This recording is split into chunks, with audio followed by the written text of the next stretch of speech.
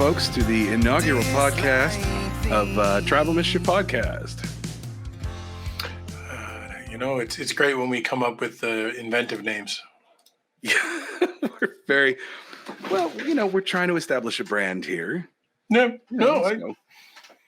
So we should introduce ourselves quickly. I'll let Jake go first. On accordion. I am Jake Bush on accordion with Pesky J. Nixon and Baker Thomas Band and all kinds of fun stuff. Ethan, what do you got? Oh, that's all you got? I'm Ethan Baird. Well, I'm 43 and I like long walks in the park. I mean, no. I'm Ethan Baird, one of the founding members of Pesky J. Nixon and Tribal Mischief, this crazy little thing Jake and I started 3 or 4 years ago. And we're really jazzed to sort of be here and let you in on what we've been thinking and working on. So we've known each other a very long time. Go for it. 23 years, 24 years, something like that. That sounds about right. I just want to share a particular note. Believe this is Kelly. We like our animals here. But we've known each other for about 20 years. We met the first week of my freshman year in college. I was auditioning for an a cappella group that Jake was in, and he made some crack about the fact that my T-shirt happened to have the animal from the Muppets on it, and my response was yelling "finger belt" and smashing my head into the desk, which most people in the room assumed was like one of those stage things, but I actually smashed my head into the desk and almost knocked myself out. I just remember looking up and seeing all the men in the group falling over laughing and all the women looking at me like in horror. That's how we met. It was musical love at first sight. It was. We've been working together for 15, 20 years. So it's been a total jazz. Ethan had moved out to Western Mass and was coming back here, and I'd done some a cappella since, and he said, "Hey, I want to start a band." I was like, that's great. Well, I'm in an a cappella group, but we'll start another one because that's exactly what the world needs is more a cappella groups. And he said, "No, man, I love a cappella, but I'm done with a cappella." And I said, "Oh, I think instruments would be good. Would be good." So he badgered me into playing the accordion, and we grabbed our friend Dan Karp and made a trio out of it. Yeah. And then we became a quartet, and then a trio, and then a quartet, and then a trio, and then we're a quartet again. But it's been one really. Time there were 9 upright basses, I remember. Yeah, that was one hotel room. Crazy things happened, and we shall never speak of it again. But we had a great time in that experience, in getting to meet all of the various people in the folk scene. I'd been working in coffee houses since I was 13. The Me and Me Coffee House in Marblehead. Really fantastic UU sanctuary space that we've been lucky enough to play in a couple times, and Club Passim and places out in Western Mass. So it was interesting to come back to it as a musician and get to know everyone in the community and get to sort of share in this crazy, very sort of weird niche group that we're part of that has some of the best musicians you've never heard of, and some really wonderful people too. So we, over time, as much as we liked being the people on stage, we really, or at least I don't want to speak for Jake, but I realized that, one of my callings was to see what we could do for the other artists and try to amplify their voices, because there was really just amazing stuff coming out of it. And that's really, I think, what Tribal Mischief is about. It's about finding ways that we can amplify the people in the community that are really going above and beyond and creating amazing art and connection and community. And that's, I think that's where it started. Yeah. So and to that end, we have attended and performed at Falcon Ridge Folk Festival over the years, and about 11 or 12 years ago, they had a tornado on the Sunday of the festival, and it nearly closed the place down, nearly killed the festival. And the next year we said, well, we're just going to start our own stage on Thursday, because the festival went from Thursday to Sunday to Friday to Sunday, but you could still camp. And so we decided we know lots of open mic people and lots of main stage people, and we're just going to start our own stage. And our good friend Scott Jones said, I've got a generator, and there's this brand new LED lighting system that I've been dying to have a reason to buy. And why don't we do that? And so without permission, we set up a powered sound stage at a music festival. It was it was one of those things that in my head, when Scott said he had a sound system, I thought he had like a Fender amp and a microphone, and that was it. That was what I had in my head. So I was like, maybe 40, 50 people stop by, and we'll just have some fun making music. And about 400, 500 people showed up that first year, which scared us a little bit. We thought we were going to get kicked out. We thought they were going to kill us, but they didn't. They let us keep doing our thing for a couple of years. And then a really weird thing happened. It rained, which actually isn't weird if you know Falcon Ridge at all. It's kind of standard. But it rained on Thursday, which is the only night we did anything. So we had to sort of abbreviate the set, and enough people wrote into the director saying, "What are you doing? Why are you running the stage up there? It can get rained out. You need to put it in a different." I think people didn't realize that we were kind of our own weird own thing.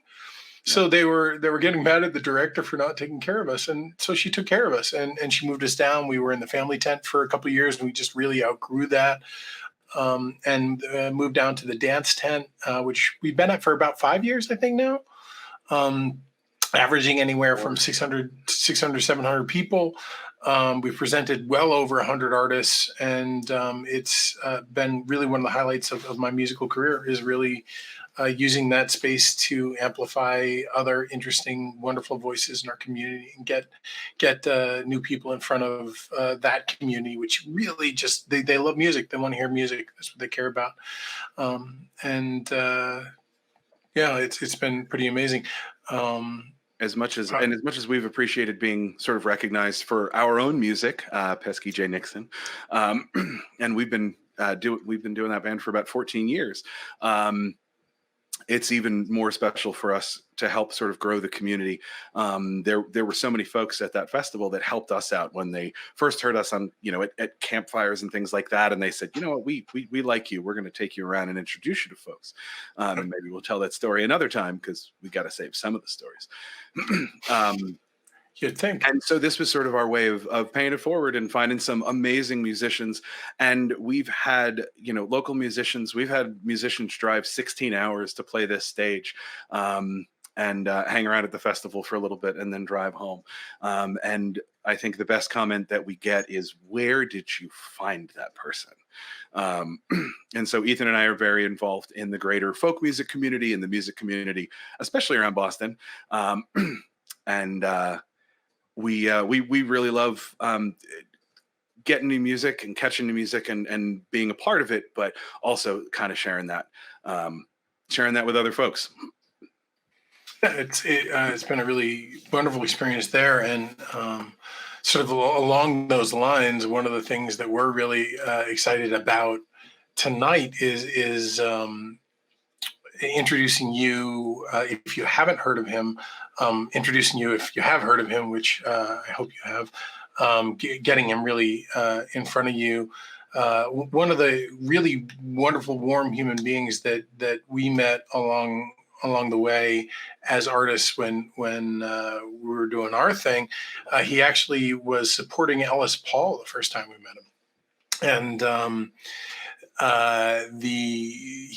he rings of authenticity and thoughtfulness and warmth. And he always has, and we've gotten to be part of his Ramble, which is a wonderful charity show that takes place in Salisbury Beach most years. Sadly, with what's going on now, I don't think it's scheduled, but he'll correct me hopefully if I'm wrong. He's just really meant the world to us. We've been trying to get him on the lounge stage for 3 or 4 years now. Who knows? We originally met him. We were opening for the great Ellis Paul. I think that's officially his name now, right? The great Ellis Paul. Yes, the great Ellis Paul. I'm starting a petition. Mm-hmm. Adam Ezra was playing hand percussion with Ellis, and we all sort of hung out and became friends. And that was originally how we met. As Ethan said, we'd had him up, or he'd had us up to the Ramble a couple of times. And he's just done so many amazing things around the community. He establishes community like no one we've really ever met before. We opened for him at Daryl's house down in Southern New York, just before he released the album Hurricane Wind. And I'm not just saying this because Adam's waiting in our broadcast booth to be brought on here, but we listened to that record for the 4-hour drive back home. And it is important to note, though, that for Hurricane Wind, that the ride home was an absolute microburst, huge storm. Jake and I were absolutely convinced we were going to die. Yeah. But it was a great soundtrack. So, there was that. Yeah. So we're going to introduce Adam in just a moment. I want to very quickly just acknowledge some of the people watching. Kathy Sands, who is our old manager, represented us for years, is our folk mama, is in the house. Thank you for coming in. I think I already showed off Kelly earlier. Tom Sampert jumped in to say hi. Thank you. And Dan Whitener of the band Gangster Grass, and going to be one of our guests next week, is in there as well. So thank you guys for tuning in. Just wanted to say hi before we get into it. All right. With that, Jake, would you like to invite Adam in? I would. Adam Ezra. Oh, there I am. Hi. How you doing? If it looks like Adam's in a much better place than any of the rest of us, it's because he is. Look at you, pretty people. It's nice to be here hanging with you. It's good to see you, sir. Oh, this is so cool that you have this thing going here. Tell me what number episode this is. Holy cow! You are our kickoff guest, sir. Yep. Oh my God. Yeah, you want to get me out of the way early. That's smart. No, we wanted to get somebody who knows what the heck they're doing. For those of you who don't know, Adam, tonight was night number 87, if I'm not mistaken, of The Gathering, which has been Adam's nightly show since March, since all of this crap started. 87, does that sound right? Yeah, after, I lost count after 20, but yeah, no, that's not exactly. Was that about when you got COVID? Was it 20? Was that when that happened? I don't know when it happened, but I have such an incredible community of people surrounding the music, and I just remember when this whole thing started. I went online not because I had a plan, but I just was feeling bad that my gigs got canceled, and we went on live just like you guys, and I just talked about it, and so many people came out, and it was such an impactful thing for me. It just made me feel less scared and alone, and so I said, basically at the end of our hang session, I'll tell you what, if you feel like coming back tomorrow, I'll come back tomorrow. And they said, okay. And so, and so this is, 87 days later, and Jake, yes, I did get sick in the middle of it. And while those concerts were, not quite as energetic as some of the other ones, perhaps, I managed to crawl my way out of bed and be on camera because, the vision, at least that's evolved, is that in this time when we're all so isolated, getting to connect in a real way, even online, is really important. And for me, it felt like I didn't want we call it the gatherings, with a gathering series. And I didn't want the gatherings to be about me playing music at people every night. I wanted it to be about people being able to come together in kind of a safe and welcoming place and chat with each other and hang out, and for us all to deal with whatever we're dealing with together. And, which is what art is supposed to do to begin with, in my opinion. I agree. And you do it really so brilliantly. And Jake and I have been talking about kicking this particular podcast off for years now.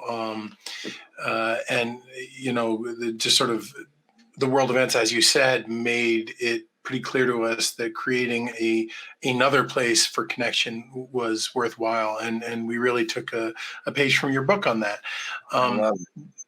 And along those lines, I want to ask you, and I hope I don't mean this to be a hard question, but I'll admit for us it was hard. As we're putting in the work and trying to figure out and getting ready to really get this going. Obviously, the world events in the last week and a half have been charged to the point where we were kind of looking at this and getting excited to do it, but at the same point saying, ooh, we just created a stage with two white guys talking about things. Is that the best way to get things done? And that was a challenge that, we kind of looked at it, and in our case, we let that inform how we were going to be working, ensuring that moving forward, diversity is very key to the way that we do this. Along those lines, and we've known you kind of for a while. I mean, we're friends, not like close friends, but we know each other. I've known you to be remarkably thoughtful, and I think Tuesday you approached that particular world happening in a pretty unique way. Can you sort of walk us through I'll let you sort of talk about what you did, unless you want me to. But I'd love to sort of understand how you got to that particular form of expression to create sort of a making your political views, or at least your political feelings, or at least your humanitarian feelings, probably the better phrase, right? Sort of clear. Anyway, I think I've introduced too much. I'd just like to hear from you. It's hard, right? And it's uncomfortable to talk about because you've been talking about it for a handful of minutes and you haven't said black people once, right? And it's a fucked up time, and it's really hard as a white person. It is not hard as a white person. Nothing is hard for us as white people, right? But man, I think it's really the challenge for me is that I think I live my life with an asterisk next to my name. And what I mean by that is if, the greatest batter in the world hits 8 million home runs, but they find out afterwards that he has had an unfair advantage because he's been taking steroids or he's been corking his bat. There's an asterisk next to his name in the Hall of Fame, right? And I think as white people, all of us feel like everything that we accomplish and everything we do, there should be a little asterisk there, because you know what? It's fucking easier for us than it is for black people. And I really, the music industry did this Tuesday blackout, and the phrase was the show must be paused in recognition. And it was complicated. What I did, and I'll talk about it, Ethan, but I'm not sure that I made the right move because I feel weird about it. The idea was that the music world, and this is where it started, and then it spread through, throughout our country, but music world was going to take a pause and not go about business as usual, and recognize through some form of silence the many black voices who have not been heard in our country's history and in our country's current state, continue to not be heard. And so here I am. We have this gathering. We have this community that has formed from this pandemic, and we are on this incredible run of nightly gatherings, and they're not just about the music, they're about connecting in an open community, which I think is so important these days. And so I wanted to recognize Blackout Tuesday, and at the same time I did not want to stop our gathering, a play. And for those of you that maybe haven't been to a gathering before, there is as much chatter going on that little chat thread on the side of my gatherings every night as there is music, and that's the intention, that people can connect with each other and not just me. And I didn't want to take that away from the community. And so I went on and I just sat there, and it was 20 minutes of silence. And the one thing that we've done consistently every night is we've sang this song called The Toast, which is just a kind of an inclusive song. And it talks about a lot of the values that I share with a lot of the people that listen to my music. And at the end, I didn't want to pick up a guitar, and I didn't want to play music like I normally play music, and I didn't want to be comfortable. So I just sang it without the guitar. But at the same time, Ethan, right? It's a day that is we're supposed to be focusing on the Black community and their struggle. And at the same time, what did I do? I put my face on the camera for 20 minutes. And a lot of people who were there, a lot of people would say that it's not you being all about you. And that's what I thought. But at the same time, it's complicated, man. We are living in complicated times. And we especially as, man, I want somebody to just, and I feel like lots of white people want this. We want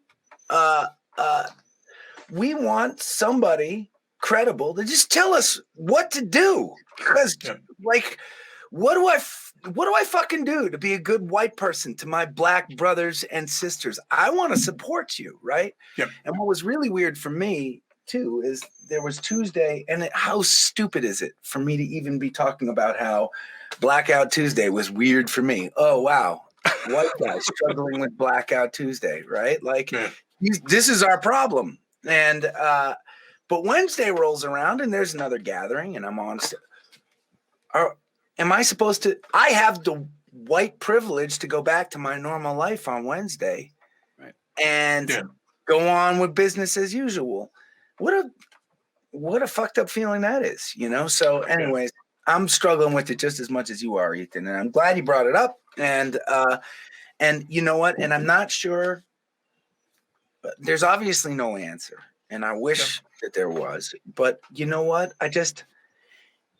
If people on camera can continue to admit that they don't know how to deal with the situation, and that they are fallible, and that they are making mistakes every day, then that's maybe a start. Maybe, I don't know. You know, I think that's what I continue to hear is that you know, as white folks, we are, you know, clearly fallible. We are the beneficiaries of something we didn't, you know, ask for, but that doesn't change the fact that we have that privilege.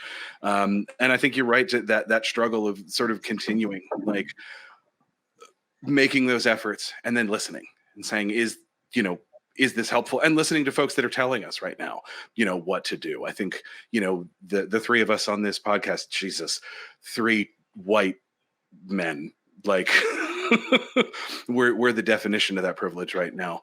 But that's what we want to do with this podcast. For those of you that are listening, and thank you for doing it, is to talk about the hard things, to talk about the good things, but bring people on who are doing their damnedest to make a difference in the world. And right now, this is the one of the biggest things in our world, and you're doing amazing things with it. You know, and when you look at, and I know you guys, right? Like when you look at us, you don't, right? We don't consider ourselves day to day. Most white people don't, right? Like people of privilege, right? We don't have a lot of, we're we're not living in mansions. We're not driving nice cars. We're eking by, and we're working really hard. And by the way, I have questions about Tribal Mischief, because I think this is so cool that you're launching this whole thing, because this podcast is not just what you guys are doing. And I think that that's super cool. But we're, we don't think of ourselves as people of privilege. And it's hard to twist that around and realize that, you know what, every single day we walk out of the house, we're not afraid of being bullied by a police officer because of our skin color, or just getting glanced at, or being afraid of, right? Or we live our lives with an asterisk, because every single thing that we do comes easier to other people that are competing for the same things. And I think that is something that every white person feels. And I think to a certain extent, we're all ashamed of it. I'm fucking ashamed of it. I feel ashamed of it all the time. Yeah. I mean, it's, and hear me out as I stumble through the words here. I feel like it's been a really amazing 4 years for white people who are looking, or white men in particular, who are looking to do a little bit of self-examination with the Me Too movement. I know, like, I consider myself a feminist. I consider myself someone that supports the women in my life. But at the same time, like, that movement comes around and makes you stop and think, like, was I ever in a situation? And in the similar, was I ever in a situation with my Black friends or the people in my life where there was a discomfort or there was something being put in place that was invisible to me because I wasn't worried? Because why would I worry? I'm a 6.5 foot tall, big white dude. So I think the positive side of this for everyone, hopefully, is that the people like me in that situation that wouldn't necessarily think about that are starting to think about that, hopefully. Yeah. I think the worst perpetrators aren't really starting to think about that.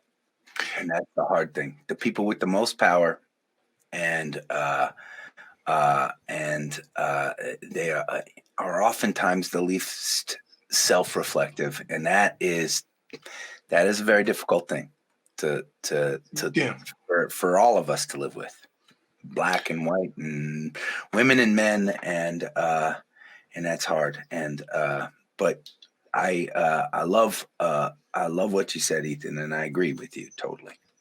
Thanks. So. Did we? We just into the hard stuff. We figured we'd kick off the first episode with a little light conversation. Light chat.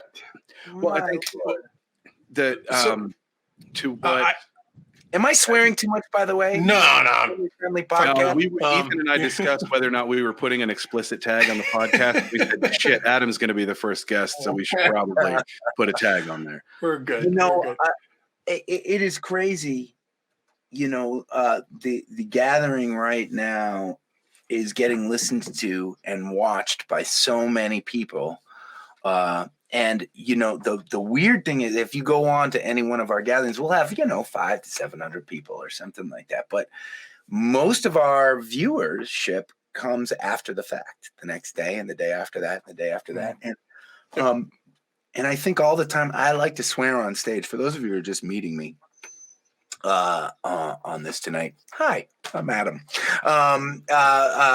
But I like to swear a lot, if you couldn't tell already. And I have been really trying to tone it down. And I apologize, guys. For some reason I came on, and maybe it was just the topic itself. It's all good. I find that there are sometimes that a good swear really gets the point across better than sticking with the clean language. I would, I know Jake's going to get back to some questions. I do want to just really point out, I'm not sure, Adam, if you're seeing the comments coming in, but when we were talking about sort of what you did, there were a lot of people that were popping in and sort of sharing their experience of Tuesday night with you, sharing it with you. I just wanted you to make sure that you got a chance to sort of see that. I love it, and I love it. But we have to be self-analytical and self-critical. Every face you are seeing is white. Yes. Agreed. So every person that says that was an awesome thing is a white person. Yep. And so everything they say, just like my life, has to have an asterisk next to it. We'll see if we can get those into the comments.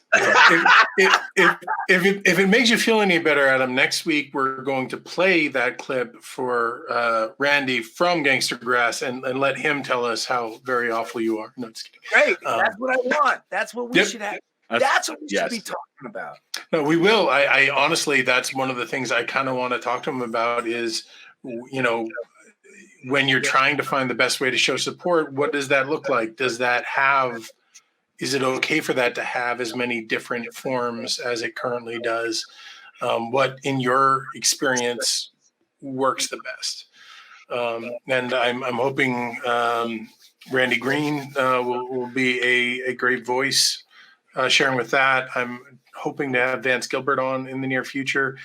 He's a spectacular voice on that particular topic in my life.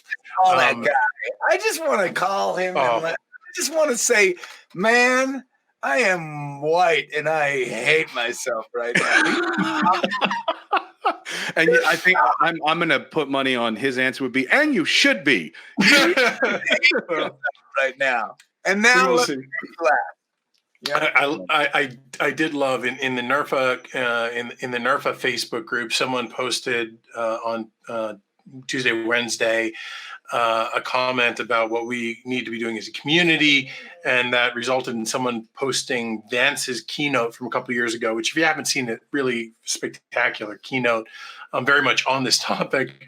And the person was like, yeah, you should listen to Vance's thing and follow his example because blah, blah, blah.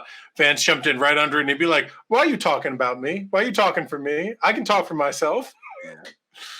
But yeah, it's and that's part of what we adore about him. But yeah, I hope we can sort of make sure moving forward that despite the fact that this was started by two middle-aged white guys, the voices that we'll be sharing will be all across the board. Love it. Yeah. Love it.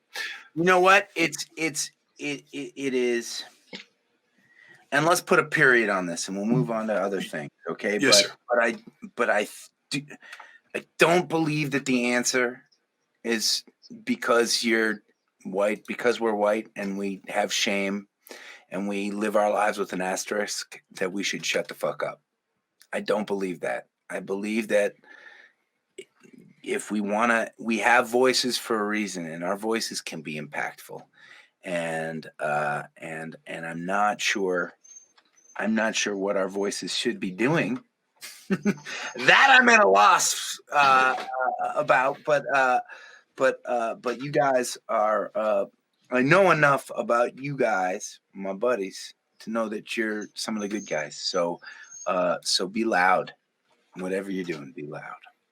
Well, I think that's what all three of us are trying to do is just use the platforms that we have to bridge whatever gaps we can. Jake, you promised me you'd be drinking whiskey with me tonight, by the way.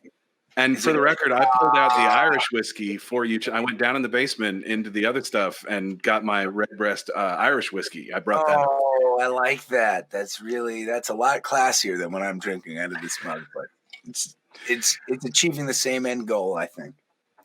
Well, here, if I may, Adam, here's to the drink that we share. Yeah. I love it. To that, I'm the one drinking from a camping bottle. That's perfect, man. That's perfect. To the topic of using the platform, my friend Scott Kelly, who I think you've met, he's a first responder, and every night he prides himself on bringing new people to the gathering. And I wanted to relay to you that I he love told that. me every person he has brought has said, this is what my life was missing. Oh, I love that. And so that to me is an example of you telling me using that. your platform. Well, Thank sorry, what was that? I said, thank you so much for telling me that. I mean, it is a weird thing, right? I mean, I'm used to playing 200 something shows on the road every day. Playing show, did you say 80 something, right? Yeah. It's one thing to be in a different place and to be playing for different people every night, but to be in the same spot facing the same computer screen, it's hard to know, right? I mean, guys, I only got so many songs, right? And Somebody has a spreadsheet of all the songs you've played on that gathering. oh yeah, that's Supergirl. She was Supergirl, that's right. She was one of my first fans in the world, and that's another really rewarding thing, right? Because my career has grown so slowly and organically and meanderingly, I've really had a chance to connect with this community over time, and so it is. It does not feel like Adam and fans to me. It feels like me and this incredibly eclectic community of human beings that have joined this extended family over the years, and it's a pretty. I feel pretty lucky every single night to be a part of it. And that, I think, is what comes across. I mean, we've seen you at a bunch of shows, and we've had the privilege of playing with you, and your fan base. As a musician, we look around and go, man, we don't know what the magic sauce is, because you have a way of connecting with your fans. Scott, also said this to me. He said that you and he would probably disagree on many, many topics, politics, religion, whatever. And, I asked him if he had any questions, and he said, one question for you is, how do you use music to sort of bridge that gap? Because your fans stay away from politics, man. You got a lot of hippies and you got a lot of folks that are not hippies, but they all get on, 700 of them get on a boat and cruise around Boston Harbor, and they just connect with the music. And so how do you, I know you're aware of it. Like, how do you sort of interact with that when you're making music? I would say that is pretty, I would call that hyper intentional. It has to be because there is such vitriol and vindictiveness in our world, and there are huge swaths of people that have a completely different understanding of what news is, what truth is, what reality is, what the answers are. And we are incredibly broken right now, incredibly broken. And our leaders are incredibly broken. And I'm not talking about, I noticed that I put that's pluralized, right? Our leaders, our system is incredibly broken right now. And it is really scary for everybody. And as may or may not surprise both of you, I have a lot of strong political opinions. But and I get a lot of guff from a lot of people that know me very well, that I don't make more of a stand. But, in all of our lives, it can be pretty easy to end up saying the things that we believe to other people that believe the same damn thing. And to me, the very most basic, most important thing is that there is more about us that is the same than is different.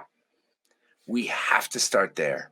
We have to remember that. And I don't think we remember that. It is hard for a person who hates Donald Trump to look at a Trump supporter and say there is more about that person that is the same than is different. It is very, very hard these days for a Trump supporter to look at, you know, a progressive activist and say, you know what, I want to hear what they have to say. Yeah. I want to have a conversation with them. We don't want to talk to each other because we are so angry about what's happening. I'm angry.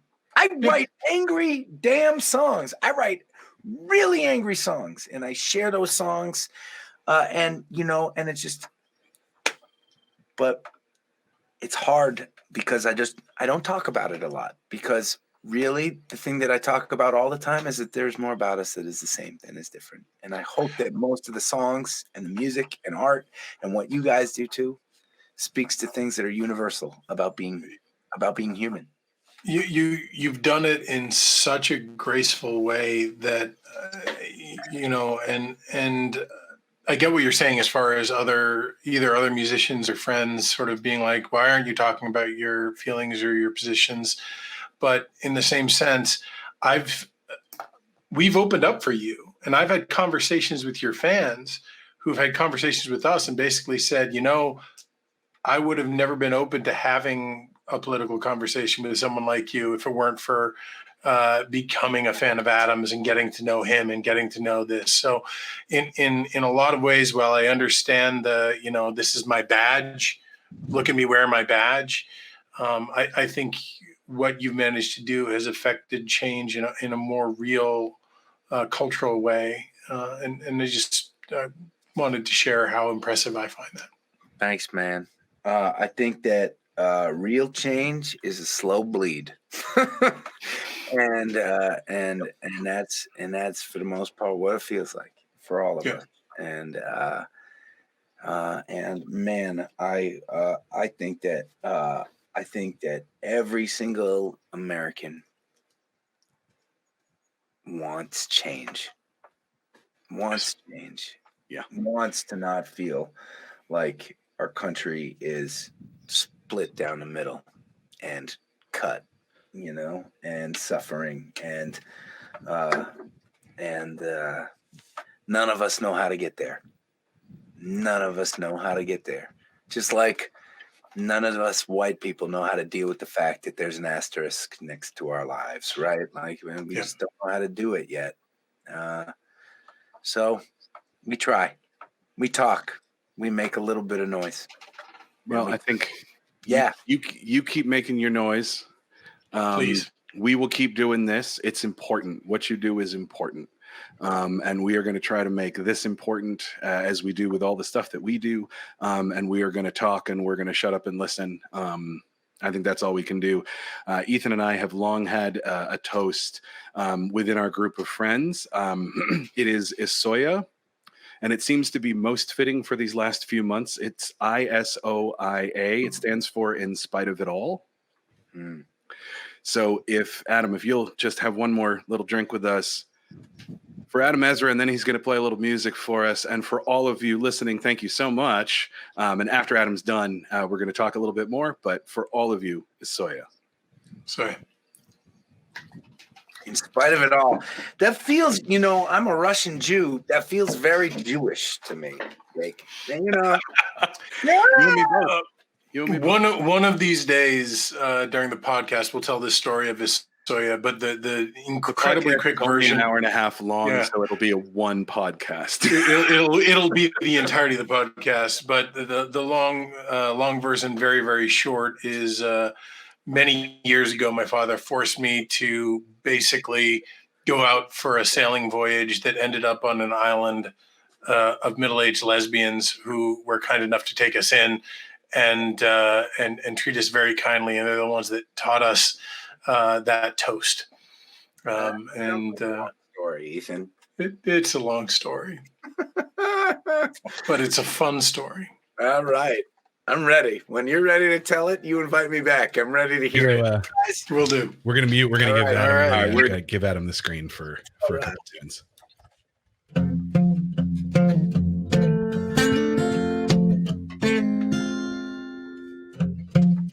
Let's try that again.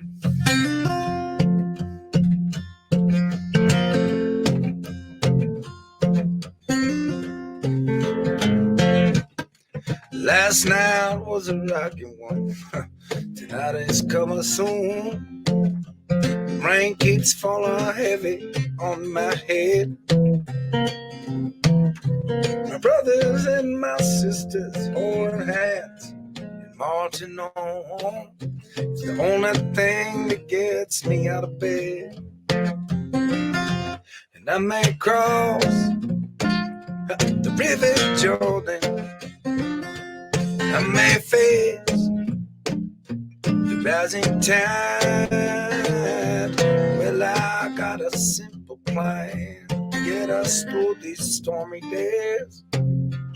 Hold on to each other, find a way. Got to hold on to each other, find a way. We got the preachers on the left and the politicians, and man, they're on the right. Yeah. And the news shouts panic everywhere we turn. But when the ones who talk the loudest also pay themselves the most, you better question what they're trying to make you learn. And I may cross the river Jordan. I may face the rising tide. When there are cards along the table, there only one good hand to play. Hold on to each other, find a way. Got to hold on to each other, find a way.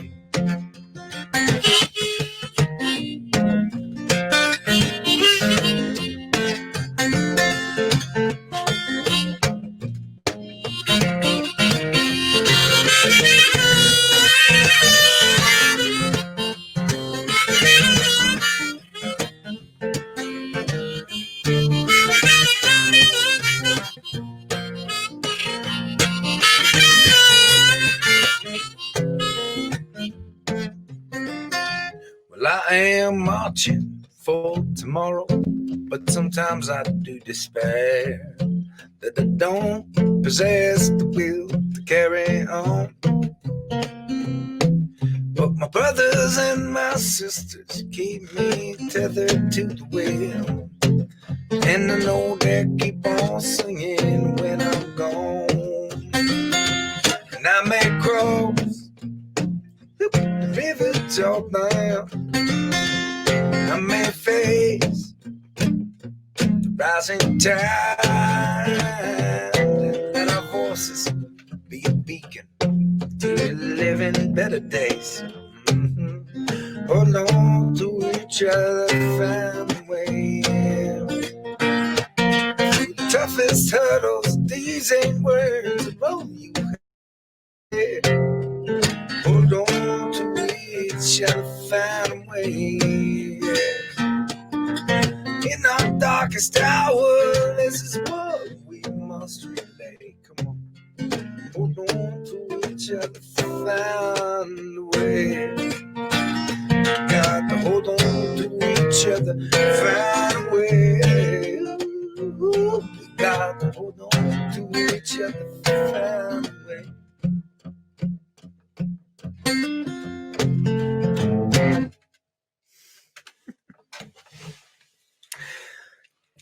So when I talked, fellas from Tribal Mischief, they asked me to play a couple songs. So even though I'm the only one on your screen, I'm just going to take the wheel and I'm going to grab another guitar and I'm going to play another song. How's that for plan?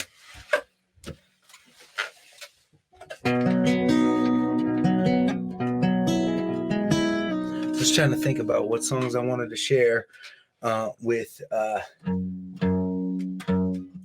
those of you following Tribal Mischief and those of you, more importantly, who will be following Tribal Mischief.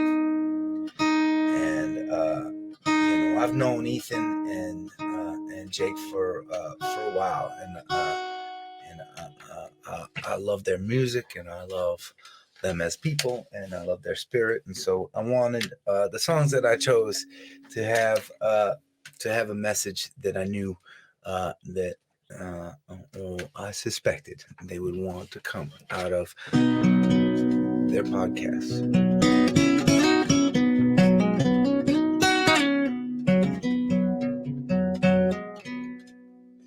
Genuflectors wait upon their savior. The constituency is doing as they're told. You and I, we work on getting braver as we meet each other out on this road. We're looking for our answers in the morning. The morning gets its knowledge from the sun. The sun will take its wisdom from the mountain, where we'll be sleeping when the summer day is done. And our footsteps they pound with rhythm, and it feels like it's all meant to be. And I can't help but live for the light that stumbles out of me.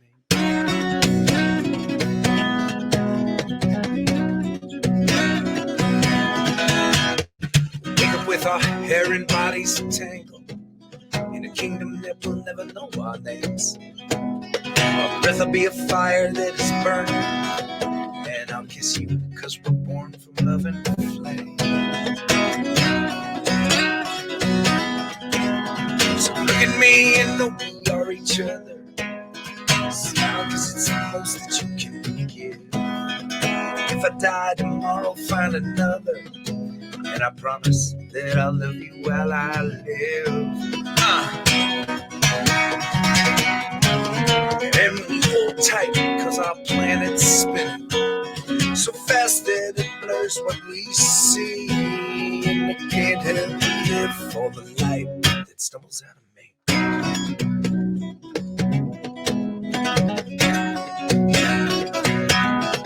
We are a moment that will never be repeated.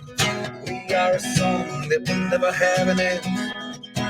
Let us laugh at a life soon completed, and all the miles between now and then.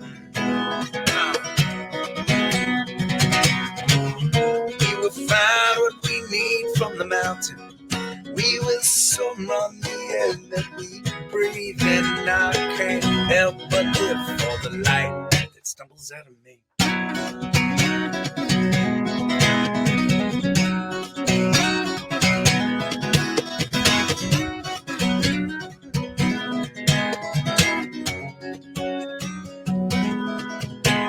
The secret is we all live on forever. The truth is that our dreams are just a game. Grace is just the sweat of the endeavor. The lesson is that we are all the same.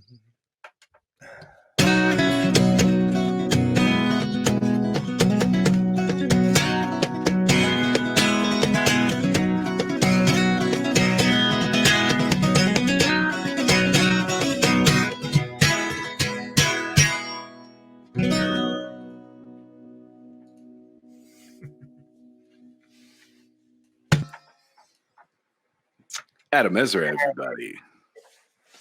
That was amazing. Thank you for letting me share some of my music with your people. Oh my God, there's a third host. There- the most charismatic of the hosts. yes. Yeah. Who is that guy or gal? This is Lupin. This is Lupin. he decided in the middle of your song to jump up and dance on my lap, and just he's gonna hang out there for the rest of the show probably. All right, Lupin. Yeah. Oh, thanks for all the positive comments, you all. I really appreciate it. I do really appreciate it. Adam, you've been cranking for 2 hours now, man. I don't know. You put in like a whole show, like 2 sets and crap, talking to us and your whole gathering. We don't want to kick you off, but we also want to give you a break. Well, my gal is just driving up the road with a little bit of dinner for us, a little Sunday night dinner. As you guys can see, I am in the Mojave Desert in California. So right while it is 9:00 your time, it is 6:00 my time, and it is beautiful. So it's a Sunday night, and Allie, my gal, works normal hours. 9 to 5. Well, 8 to 6, right? I guess that's more normal for people these days, isn't it? Right. So we have our weekends and we watch our sunset. And her company's based in Boston, so when she's starting at 8, that's 5 o'clock our time. So for a musician, this is really weird, guys. But I have like totally swapped I am up at like 4:30 in the morning, and I'm like in bed by 9 at night, and it is awesome. It is awesome every morning. It is so cool. I have to say, my wife Courtney had said you really have been a microcosm of the pandemic from the beginning. Like in the beginning, you were like, oh, you're like getting together with a couple of friends, but not too many friends, and then oh, maybe we shouldn't do that, and we're just going to kind of hold back, and then you got sick. Thank goodness you got better, and you and Allie were like, peace, we're out of here, and and left for California and played along the road, and it's been incredible to watch. Well, I'll tell you what, we are planning to come back pretty soon. This is not announced yet, but it will be soon. We are going to be doing a couple shows at one of our favorite venues who has converted itself into a drive-in venue so that people can be socially distanced, the Tupelo Music Hall.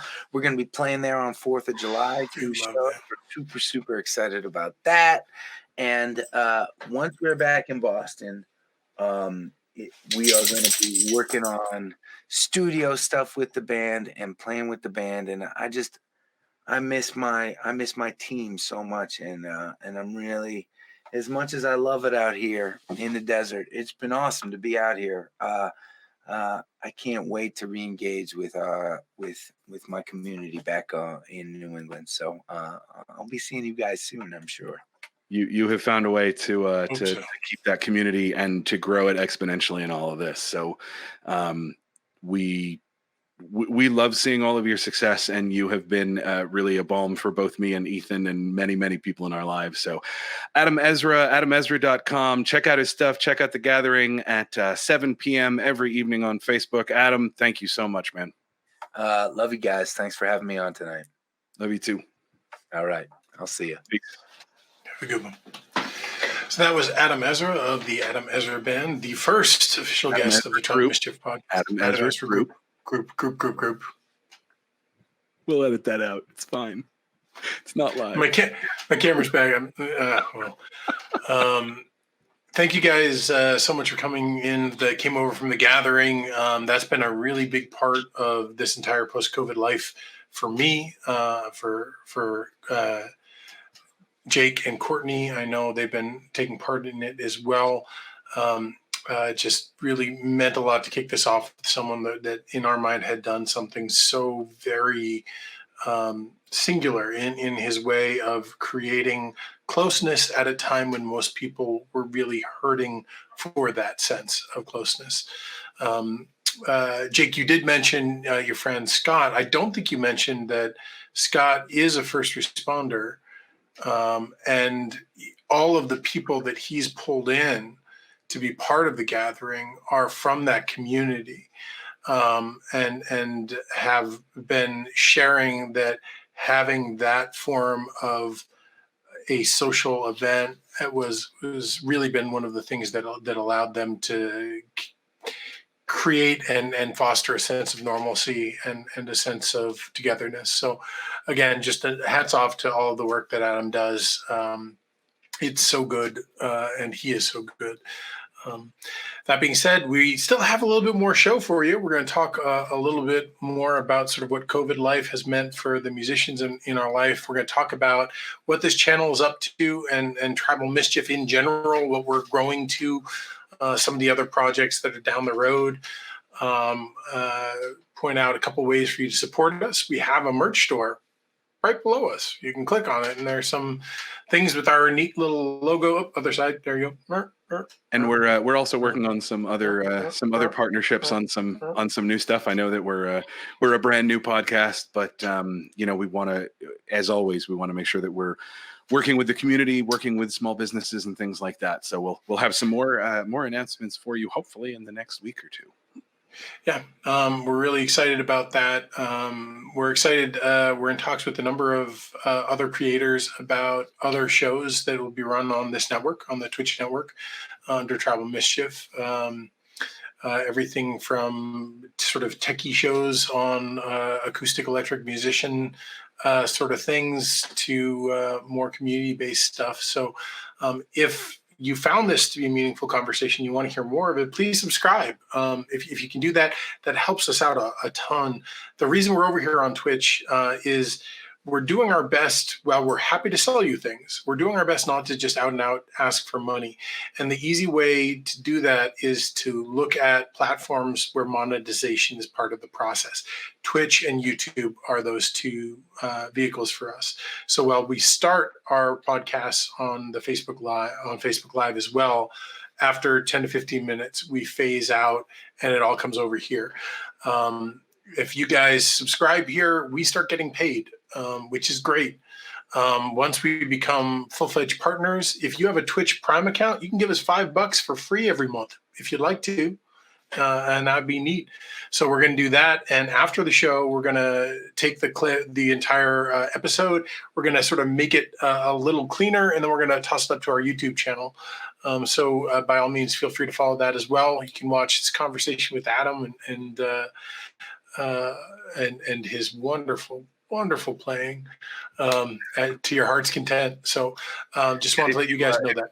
And if you're a podcast person, we will be actually stripping the audio down to podcast as well. So we want to make this as easy to get in whatever format you like. So your Spotify's, your Apple Music, hopefully your Stitcher, things like that.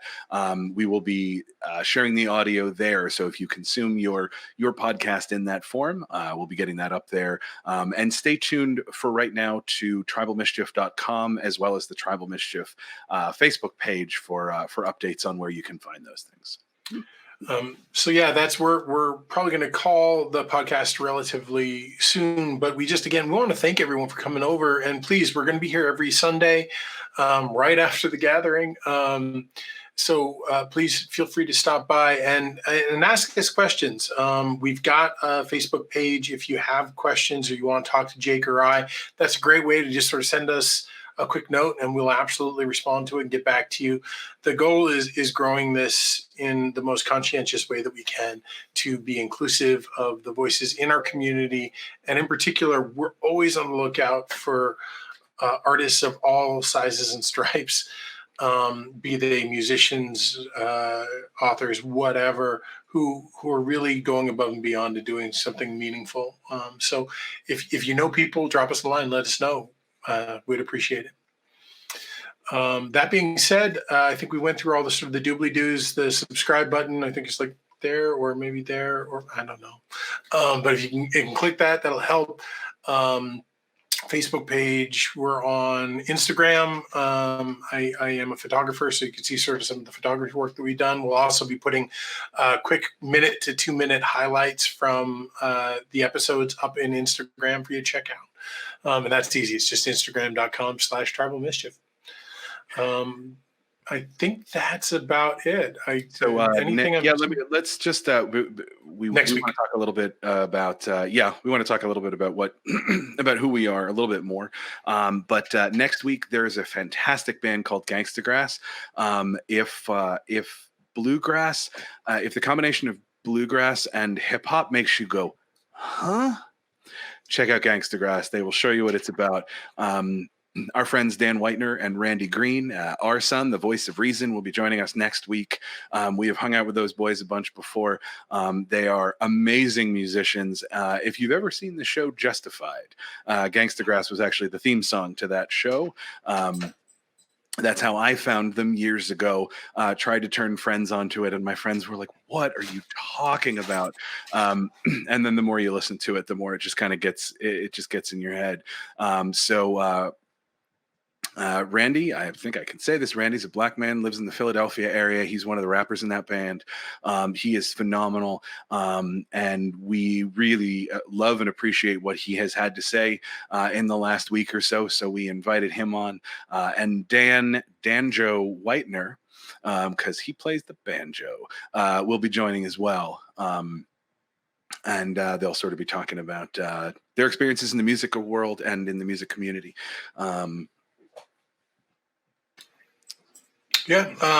We want to thank everyone that's been here.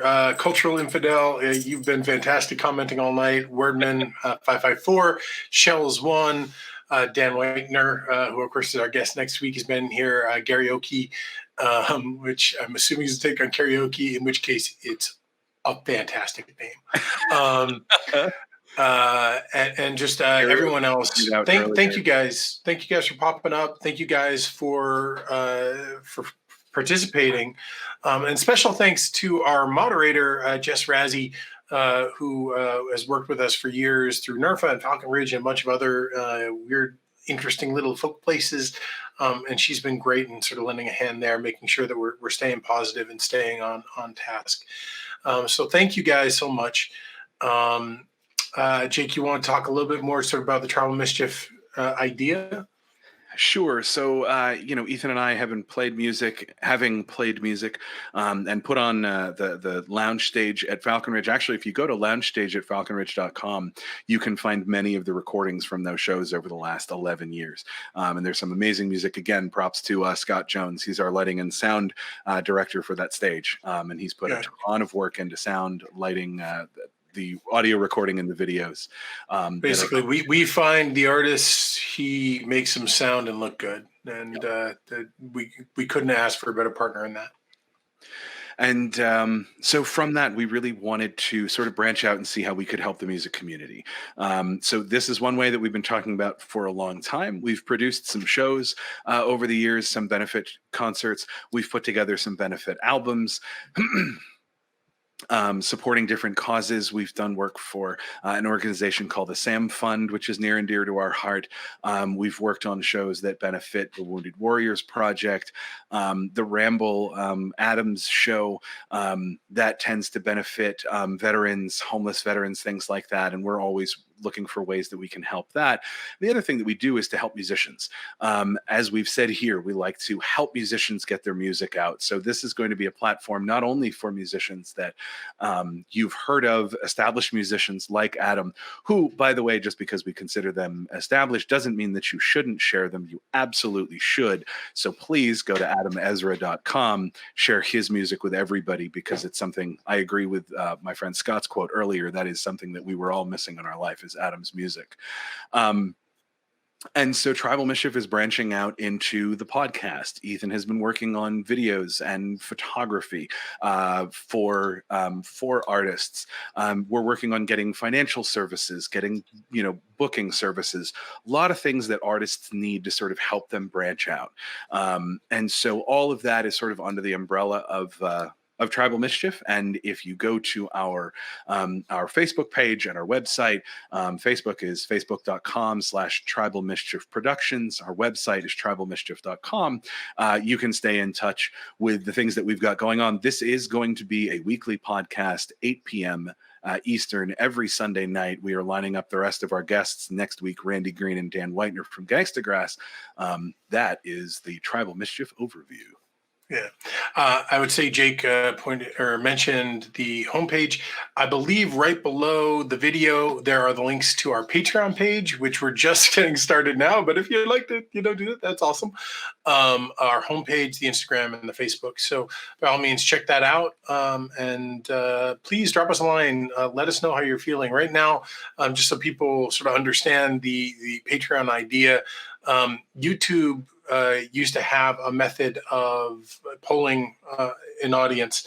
They're getting rid of it. So we were thinking about using Patreon at a single $1 a month limit. So we're not trying to exclude people, but we're thinking about putting that in.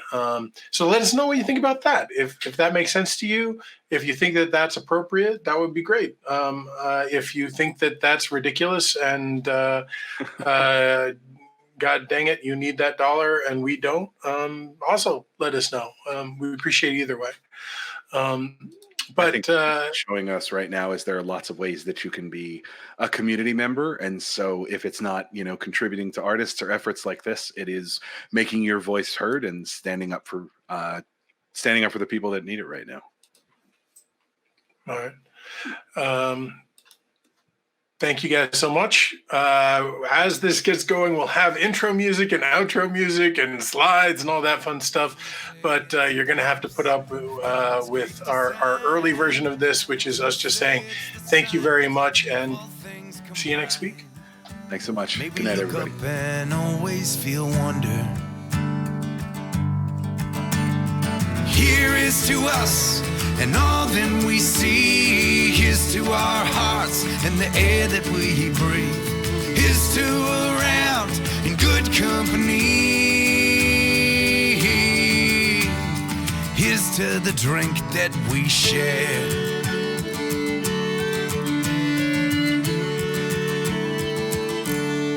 Raise up your glasses. Let us drink to the time that we had. For these moments pass lightly and won't come again. May our lives all burn brightly right up to the end. May we live them with joyous abandon.